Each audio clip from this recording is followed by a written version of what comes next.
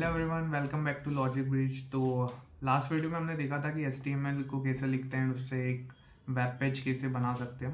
वहाँ पर हमने कुछ टैग्स के बारे में भी पढ़ा था, जिसमें जेनरिक टैग्स और सिमेंटिक टैग्स का हमने जिक्र किया था।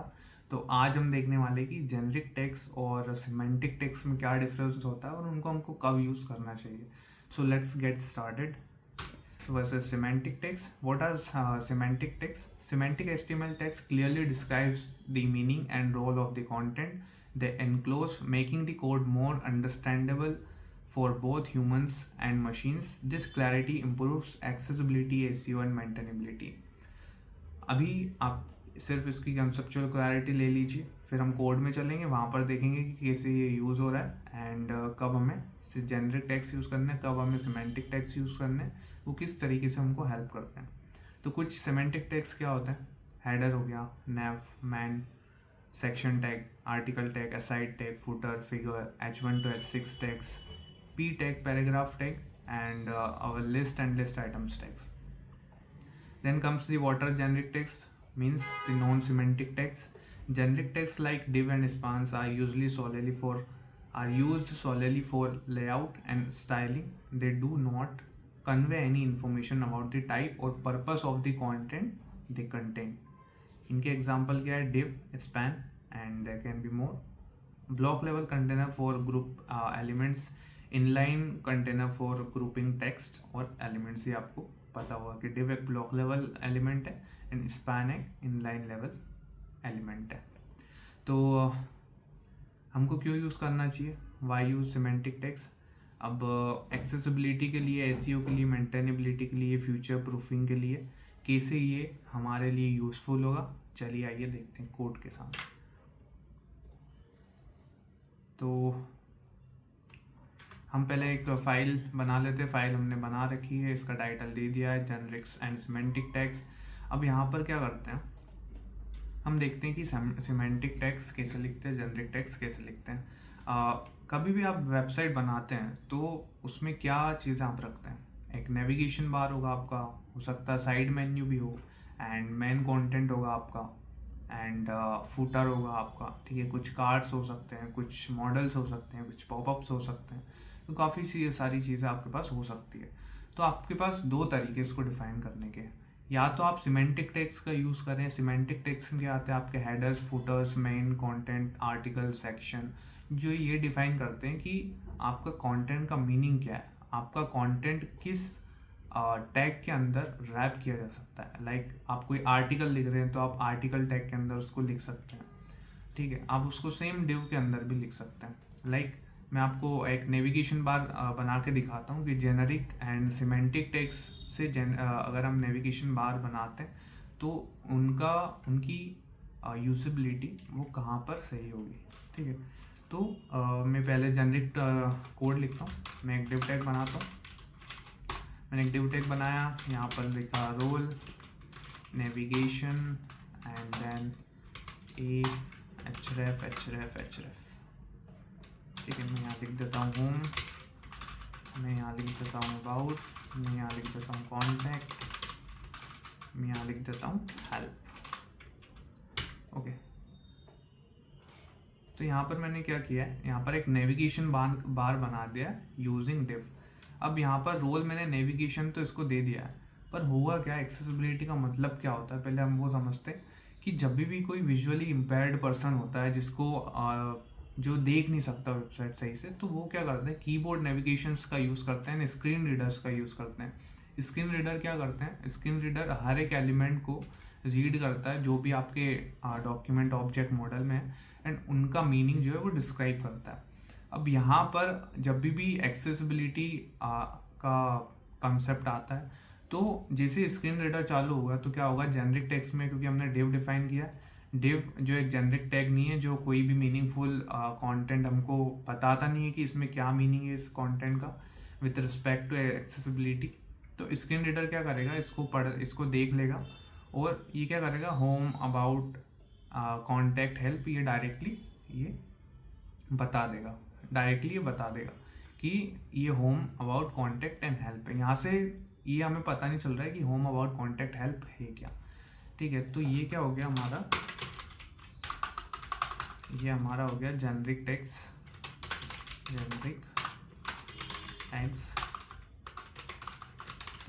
एग्जाम्पल। ठीक है, कॉमन कर देते हैं इसको। तो ये जेनरिक टेक्स्ट का एग्जाम्पल हो गया। ठीक है, अब हम देखते हैं सिमेंटिक टेक्स्ट एग्जाम्पल। मैंने कोपायलट यूज़ किया है तो ये ऑटो सजेशंस देके इसको कंप्लीट कर देता है। सो बेटर, हमारी स्पीड इससे बढ़ रही है। अब यहाँ पर क्या करना है हमको, सिमेंटिक टेक्स्ट में हमको क्या, अगर नेविगेशन बनाना है तो क्या करेंगे, हम नैव टैग का यूज़ करेंगे। हमने नैव टैग बनाया है यहाँ पर। नैव टैग के बाद क्या करेंगे, जैसे हमने यहाँ पर hrefs लिखे हुए हैं वैसे हम यहाँ पर चीज़ें लिखेंगे, या फिर हम इसी को कॉपी पेस्ट कर देते हैं। ठीक है, तो दिखने में आपको दोनों सेम लग रहे होंगे, लेकिन दोनों के पर्पसेस अलग हो सकते हैं। एक्सेसिबिलिटी के अगर हम बात करें, एक्सेसिबिलिटी में क्या होगा, वो स्क्रीन रीडर इसको आइडेंटिफाई नहीं कर पाएगा। स्क्रीन रीडर सिमेंटिक टेक्स्ट को आइडेंटिफाई कर पाएगा। वो क्या कहेगा, स्क्रीन रीडर कहेगा पहले कि navigation bar appears, then home, about, contact, help, then how does it helps to the visually impaired person. So this is an assistive technology that helps the visually impaired person or the person who navigates the websites using the keyboard navigations. तो ये एक example हो गया उसका। ठीक है, second example हम लेते हैं कि मान लो आपको आर्टिकल लिखना है, तो आपने आर्टिकल टेक्स्ट का यूज़ किया। आर्टिकल टेक्स्ट में आपने एक सेक्शन बना दिया कि ये किस कैटेगरी को बिलोंग करते हैं, फिर इसमें क्या होने वाला है। ठीक है, उसको बिलोंग करेगा। देन आपका सेक्शन आ जाएगा, उसके बाद उसमें क्या आएगा, एक हेडर आएगा। ठीक है, हेडर के बाद आप क्या करेंगे, हेडर के बाद मेन कंटेंट आएगा आपका, देन फुटर आएगा। ठीक है, तो इस तरीके से आप आर्टिकल लिखेंगे। आर्टिकल के अंदर section, then header, then main, then footer. तो स्क्रीन रीडर क्या करेगा, असिस्टिव टेक्नोलॉजी क्या करेगी, वो बताएगी कि पहले आर्टिकल आता है आपका, देन सेक्शन आ रहा है, फिर उस सेक्शन के अंदर हेडर ये है, देन मेन कंटेंट ये है। मेन कंटेंट में क्या हो सकता है, कोई सी यहाँ पर हेडर में हेडिंग हो सकती है H1 हेडिंग हो गई आपकी। यहाँ पर H1 हेडिंग के बाद क्या हो जाएगा, मेन में आपने पैराग्राफ टैग यूज़ कर ली है, राइट, आपने पैराग्राफ टैग यूज़ कर लिया या फिर कोई और अदर टैग यूज़ कर लिया जो भी सिमेंटिक टेक्स्ट के अंदर आता है। देन फुटर में आपने कुछ स्पैन टैग यूज़ कर लिया, फुटर में आपने स्पैन टैग यूज़ कर लिया। तो असिस्टिव टेक्नोलॉजी क्या करेगी, सभी को रीड करके बताएगी to the person who is visually impaired.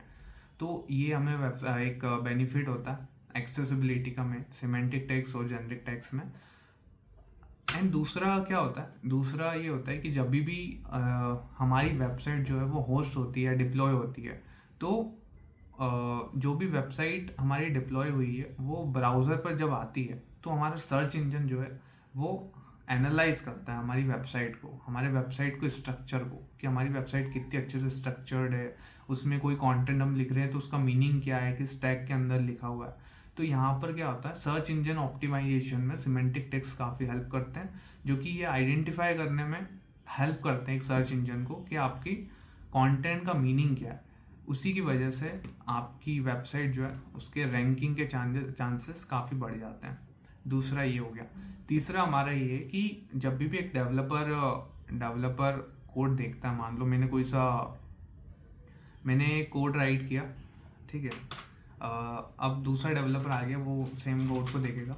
अब मैं यहाँ पर लिखता हूँ जेनरिक टैग्स डायरेक्टली, इसको मैं एक क्लास यहाँ पर डिफाइन करता हूँ कि ये आर्टिकल क्लास है, एंड देन एक और डिव डिफाइन करता हूँ, उसमें करता हूँ कि ये क्लास, ये सेक्शन है, एंड देन हेडर है। ठीक है, इसके अंदर क्या आ जाता है, इसके अंदर हेडर आ जाता है, and then main and footer, main footer. ठीक है, तो यहाँ पर क्या हो रहा है, यहाँ पर थोड़ा आइडेंटिफाई करना मुश्किल हो रहा है कि डेवलपर को कि ये आर्टिकल क्या है, सेक्शन क्या है, क्लास आपने दे रखी है, वो क्लास में क्या स्टाइलिंग आपने यूज़ की है, कैसे उसको आप हैंडल कर रहे हैं, वो काफ़ी यहाँ पर थोड़ा सा कंफ्यूजिंग हो जाता है। यहाँ पर ज़्यादा कंफ्यूजिंग नहीं लग रहा हो आई थिंक, बट जैसे मैंने लास्ट वीडियो में बताया था आपको कि डिव, रोल, और रोल में यहाँ पर बटन डिफाइन करता हूँ, एंड सेम अगर मैं बटन टैग यूज़ करता हूँ यहाँ पर, तो यहाँ पर काफ़ी क्लियरली हम समझ रहे हैं कि ये वाला जो बटन है और ये वाला जो बटन है, इन दोनों में काफ़ी डिफरेंस है।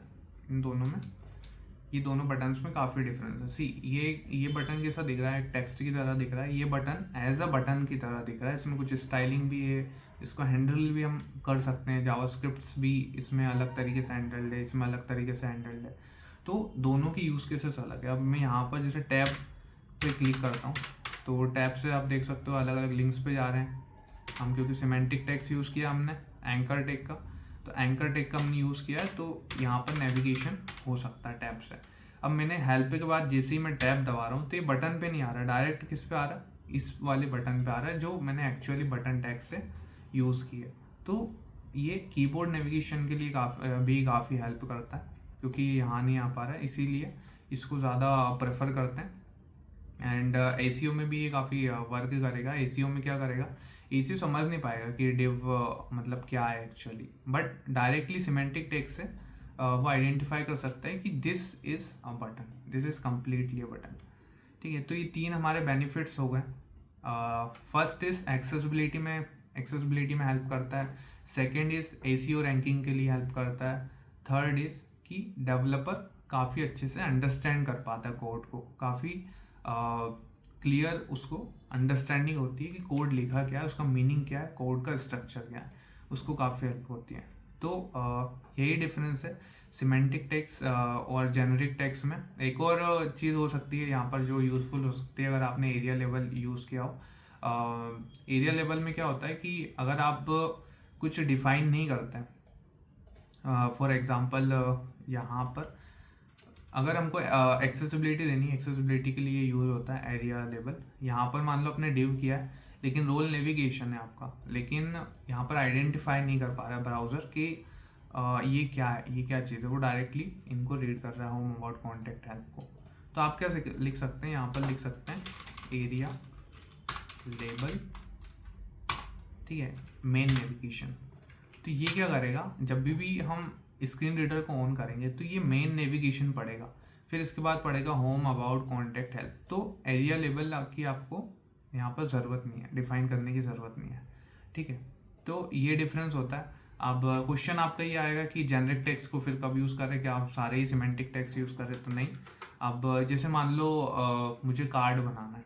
अब कार्ड बनाने के लिए कार्ड में क्या क्या चीज़ें होती है, आपका कुछ टाइटल होगा, इमेज होगी, उसका डिस्क्रिप्शन होगा, एंड डेट होगी, ऑथर का नेम होगा, कुछ भी हो सकता है। ठीक है, तो आप क्या करेंगे, डिव क्लास बनाएंगे, क्लास लिखेंगे कार्ड कंटेनर। तो आप कुछ इस तरीके से कार्ड को डिफाइन कर रहे हैं, class container and then card title आपका आ गया, card title and then card description. But इससे पहले हम इमेज को ले लेते हैं, कार्ड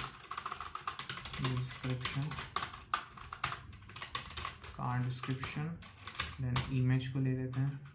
इमेज में क्या लिखते हैं हम, कार्ड इमेज, ठीक है, ये लिख लेते हैं। एंड देन स्पैन टैग में हम क्या लिखते हैं, स्पैन टैग में लिख लेते हैं हम डेट, आज क्या है 5 जुलाई 2025 एंड वन मोर ऑथर, क्योंकि एक ही लाइन में आएगा स्पैन टैग, इसलिए यहाँ पर हम लिख लेते हैं ऑथर में लिख देते हैं लॉजिक ब्रिज। ठीक है, तो मैं इसको सेव करता हूँ। तो आपको दिख रहा होगा कि कार्ड टाइटल हो गया। यहाँ पर थोड़ी सी स्टाइलिंग और हम ऐड कर लेते हैं, इसमें बॉर्डर हम डिफाइन कर लेते हैं विथ 1 पिक्सल सॉलिड ब्लैक। ठीक है, मार्जिन ले लेते हैं हम 10 पिक्सल्स की, एंड पैडिंग ले लेते हैं हम 20 पिक्सल्स की। एंड आपको दिख रहा होगा कि ये कार्ड की तरह दिख रहा है काफ़ी। ठीक है, तो यहाँ पर हम ऐसा कार्ड बना सकते हैं, इसकी विड्थ भी हम डिफाइन कर सकते हैं, तो ये कार्ड इतना बड़ा छोटा हो सकता है। तो स्टाइलिंग के बारे में हम बाद में पढ़ेंगे। यहाँ पे हमको ये देख रहे थे कि जेनरिक टेक्स्ट का यहाँ कहाँ यूज़ करें। तो ऐसे कार्ड्स बनाने के लिए या फिर कोई मॉडल्स बनाने के लिए, पॉपअप्स बनाने के लिए, स्पेसिफिक यूज़ केसेस के लिए आप डिव को यूज़ कर सकते हैं, स्पैन टैग को यूज़ कर सकते हैं, ओवरऑल जेनरिक टेक्स्ट को यूज़ कर सकते हैं। तो ये था हमारा वीडियो जेनरिक टेक्स्ट और सिमेंटिक टेक्स्ट के बारे में। अगर आपको कुछ डाउट है तो आप कमेंट सेक्शन में हमें बता सकते हैं। तब तक के लिए bye bye, take care and thank you for watching. Don't forget to like, share and subscribe and hit the bell icon for the latest video. Thank you.